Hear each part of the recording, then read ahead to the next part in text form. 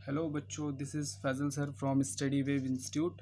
और मैं आ गया हूँ एक और वीडियो लेकर जिसके अंदर हम फंडामेंटल ऑफ पार्टनरशिप के दूसरा टॉपिक पार्टनरशिप डीड पढ़ने वाले हैं। आज फंडामेंटल ऑफ पार्टनरशिप की दूसरी क्लास है, यानी दूसरी वीडियो है जिसमें हम पार्टनरशिप डीड यानी बहुत अच्छा टॉपिक है, इंटरेस्टिंग टॉपिक है, पार्टनरशिप डीड पढ़ने वाले हैं।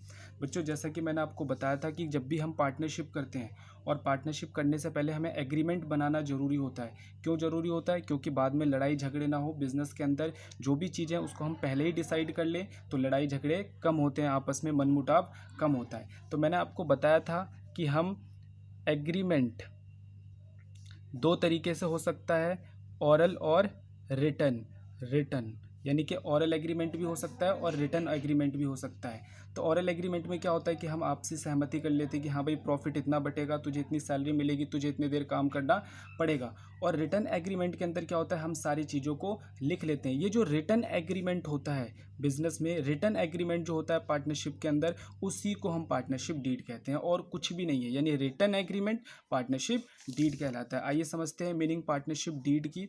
The partnership agreement in the writing is called partnership deed. कह रहा है कि पार्टनरशिप एग्रीमेंट अगर राइटिंग के अंदर है, ऑरल नहीं राइटिंग के अंदर है, तो पार्टनरशिप डीड कहलाएगा। इट इज़ लीगल डॉक्यूमेंट, ये लीगल डॉक्यूमेंट भी माना जाता है भाई। ऑरल पार्टनरशिप जो एग्रीमेंट होता है उसके अंदर तो कोई प्रूफ ही नहीं होता कि सामने वाले बंदे ने उस टाइम पे क्या बोला था, क्या नहीं बोला था। क्योंकि ये रिटन होता है तो ये वैलिड डॉक्यूमेंट होता है, लीगल डॉक्यूमेंट होता है, कानून भी इसको मानता है। Sign by the all the partner, इसमें सारे पार्टनर की सहमति होती है, सबके साइन होते हैं। इसका मतलब सबने इससे एग्री किया हुआ है। ठीक है बच्चों, आइए अब पार्टनरशिप डीड के अंदर हम क्या क्या इंक्लूड करते हैं, थोड़ा सा जल्दी जल्दी हम वो कवर कर लेते हैं। सबसे पहले जो हम पार्टनरशिप डीड के अंदर कवर करते हैं वो करते हैं डिस्क्रिप्शन ऑफ द पार्टनर। इसके अंदर क्या क्या होता है, पार्टनर का नाम होता है, ठीक है, पार्टनर के एड्रेस होते हैं, ठीक है, और भी पार्टनर से जुड़ी हुई कुछ चीज़ें होती हैं। ठीक है, डिस्क्रिप्शन ऑफ द फर्म, इसके अंदर फर्म का नाम क्या है, फर्म का एड्रेस क्या है, ये सारी चीज़ें इसके अंदर होती है।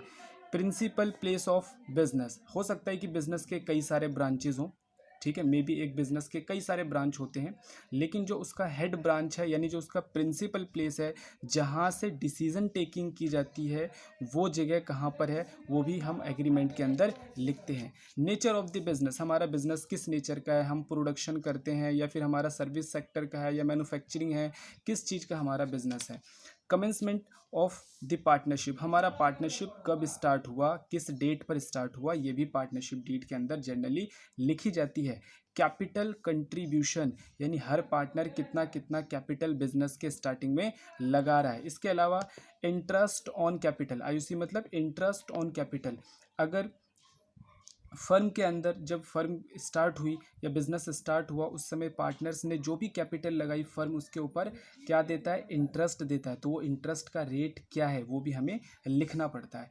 आईओडी, इंटरेस्ट ऑन ड्राइंग, अगर फर्म से किसी पार्टनर ने पैसे निकाल रखे हैं यानी कि ड्राइंग कर रखी है, अपने प्राइवेट यूज़ के लिए पैसे निकाल रखी है, तो फर्म उसके ऊपर इंटरेस्ट कैसे चार्ज करता है, ये इसका रेट भी हमें पार्टनरशिप डीड के अंदर पता चलता है। आईओएल यानी कि इंटरेस्ट ऑन लोन, यानी अगर फर्म को किसी भी पार्टनर ने एडवांस दिया हुआ है या फिर फर्म को किसी भी पार्टनर ने अपने प्राइवेट जेब से पैसे दिए हुए हैं लोन के तौर पे, तो फर्म उसको कितना इंटरेस्ट देगा या उसकी क्या क्या कंडीशन है। ठीक है, ये सारी चीज़ें भी हमें पार्टनरशिप डीड में लिखनी पड़ती है। प्रॉफिट शेयरिंग रेशो, जाहिर सी बात है कौन कौन सा पार्टनर कितना प्रॉफिट शेयर करेगा, ये भी लिखना चाहिए हमें। Remuneration of the partner, her partner को सैलरी मिलेगी या फिर कमीशन मिलेगा, अगर मिलेगा तो कितना मिलेगा। ठीक है, तो ये सारी बातें भी हमें लिखनी पड़ती है। Valuation of the goodwill, goodwill करने के कई सारे तरीके होते हैं। ठीक है, जो हम आगे एक चैप्टर भी हमारा गुडविल इसके बाद ही आएगा जस्ट, तो हम किस मेथड से अपनी गुडविल कैलकुलेट करेंगे। ठीक है, और गुडविल कैलकुलेट करते टाइम किन बातों का ध्यान रखेंगे, ये भी पार्टनरशिप डीड के अंदर जनरली बता दी जाती है। अगला वैल्यूएशन ऑफ एसेट्स हम किस तरीके से करेंगे। Right and duties of the partner, सारे पार्टनर के राइट्स क्या क्या है और उनकी ड्यूटी क्या क्या है, वो फर्म के अंदर क्या काम करने वाले। दो टॉपिक हमने यहाँ पर कवर करे पार्टनरशिप डीड के लिए। पार्टनरशिप डीड की मीनिंग क्या होती है और पार्टनरशिप डीड के अंदर क्या क्या इंक्लूड किया जाता है। हालांकि और भी बहुत सारी चीज़ें हैं जो पार्टनरशिप डीड के अंदर इंक्लूड किया जाता है, लेकिन बेसिकली जो इंपॉर्टेंट बातें थी वो मैंने लिख दी कि पार्टनरशिप डीड के अंदर इंपॉर्टेंट कौन कौन सी चीज़ें शामिल की जाती हैं। ठीक है बच्चों, अगला हमारा in the absence of partnership deed. ठीक है, अगर मान के चलो हमने बिज़नेस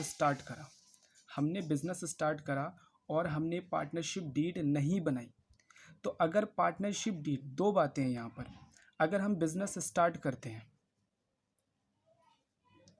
और बिज़नेस स्टार्ट करने के बाद हमने रिटर्न एग्रीमेंट बना लिया, या फिर हम बोल सकते हैं कि हमने डीड बना लिया, तो बहुत अच्छी बात है। अगर आपने डीड बना लिया तो डीड में ये लिखा होगा कि आप प्रॉफिट कैसे शेयर करोगे, ये सारी चीज़ें।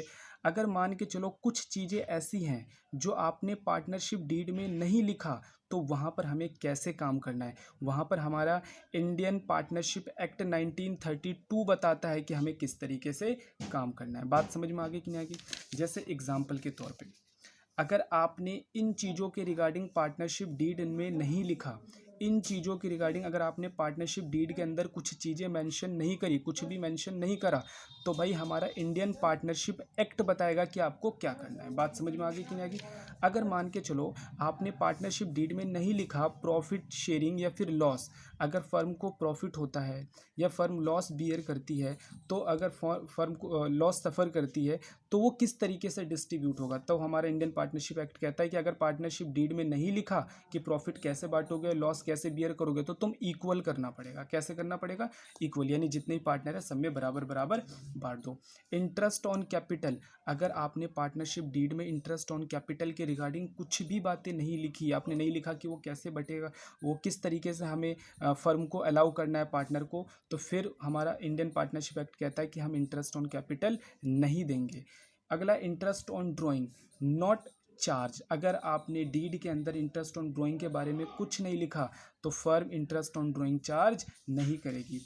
लोन बाय द पार्टनर, अगर पार्टनर ने लोन दिया हुआ है किसको, फर्म को, या कोई भी एडवांस पैसा दिया हुआ है, तो उसके ऊपर अगर पार्टनरशिप डीड में आपने रेट मेंशन नहीं करा, या तो एक बात है कि आप पार्टनरशिप डीड में लिख दो कि भाई 10% देंगे, या लिख दो कि फर्म 10% देगी, 12% देगी। अगर नहीं लिखा तो 6%। अगर पार्टनरशिप डीड नहीं है तो हमारा इंडियन पार्टनरशिप एक्ट कहता है कि 6% आपको देना पड़ेगा।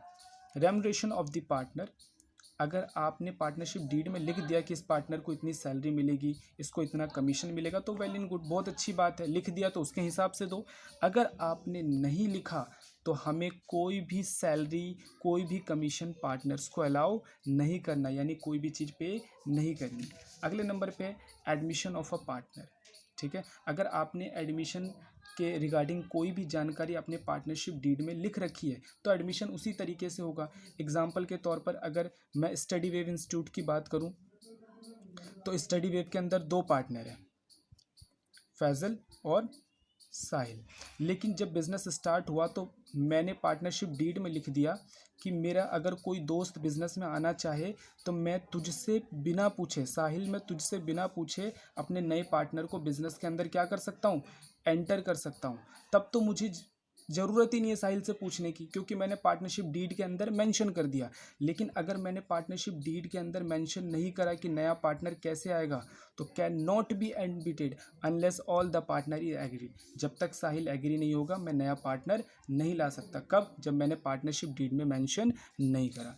ठीक है बच्चों, आज मैंने पार्टनरशिप डीड के अंदर 3 अच्छे टॉपिक कवर करे। पार्टनरशिप डीड की मीनिंग क्या होती है, पार्टनरशिप डीड के अंदर कौन कौन से कंटेंट्स आते हैं, और उसके बाद अगर पार्टनरशिप डीड साइलेंट होगा तो इंडियन पार्टनरशिप एक्ट के अंदर हमने कुछ केसेस देखे कि इनके साथ हम किस तरीके से काम करते हैं। बात समझ में आ गई? अगली वीडियो के अंदर हम P&L एप्रोप्रिएशन अकाउंट हम स्टार्ट करेंगे। अगर आपको वीडियो अच्छी लगी तो आप इसे लाइक करें, ठीक है। नीचे आप मुझे कोई भी दिक्कत हो तो कमेंट कर सकते हैं, या फिर मेरा व्हाट्सअप नंबर भी है, वो आप उस पर व्हाट्सअप भी कर सकते हैं। वीडियो अच्छी लगी तो आप शेयर करिए, ठीक है।